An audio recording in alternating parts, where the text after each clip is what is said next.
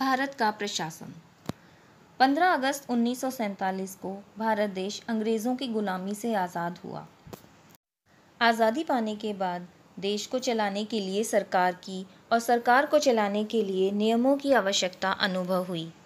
इसलिए सबसे पहले देश का संविधान बनाया गया। संविधान नियमों, उपनियमों और धाराओं का लिखित संग्रह है। इसके आधार पर देश का शासन चलता है और सरकार अपना काम करती है। भारत में लोकतांत्रिक शासन प्रणाली है। भारत देश विश्व का सबसे बड़ा लोकतांत्रिक राष्ट्र है। हमारे देश का संविधान 26 जनवरी 1950 को लागू हुआ था। यह दिवस प्रतिवर्ष गणतंत्र दिवस के रूप में मनाया जाता है। हमारे देश की संविधान सभा के अध्यक्ष डॉक्टर भीमराव अंबेडकर थे। भारत में 18 वर्ष व उससे अधिक आयु वाले सभी नागरिकों को वोट देने का अधिकार है। चुनाव में जो पार्टी जीत जाती है वह सरकार बनाती है। उसी पार्टी का उम्मीदवार प्रधानमंत्री बनता है।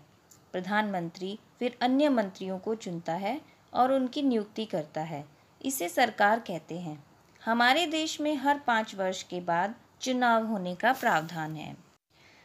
सरकार 2 स्तरों पर कार्य करती है, केंद्रीय स्तर और राज्य स्तर।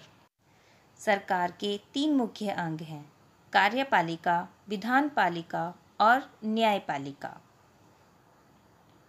भारतीय संसद के 2 मुख्य सदन हैं, राज्यसभा और लोकसभा।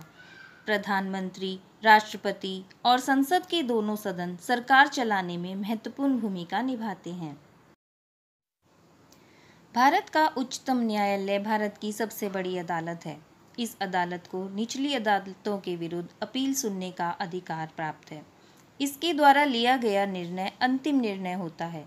उच्चतम न्यायालय सरकार के कामकाज पर भी नज़र रखती है।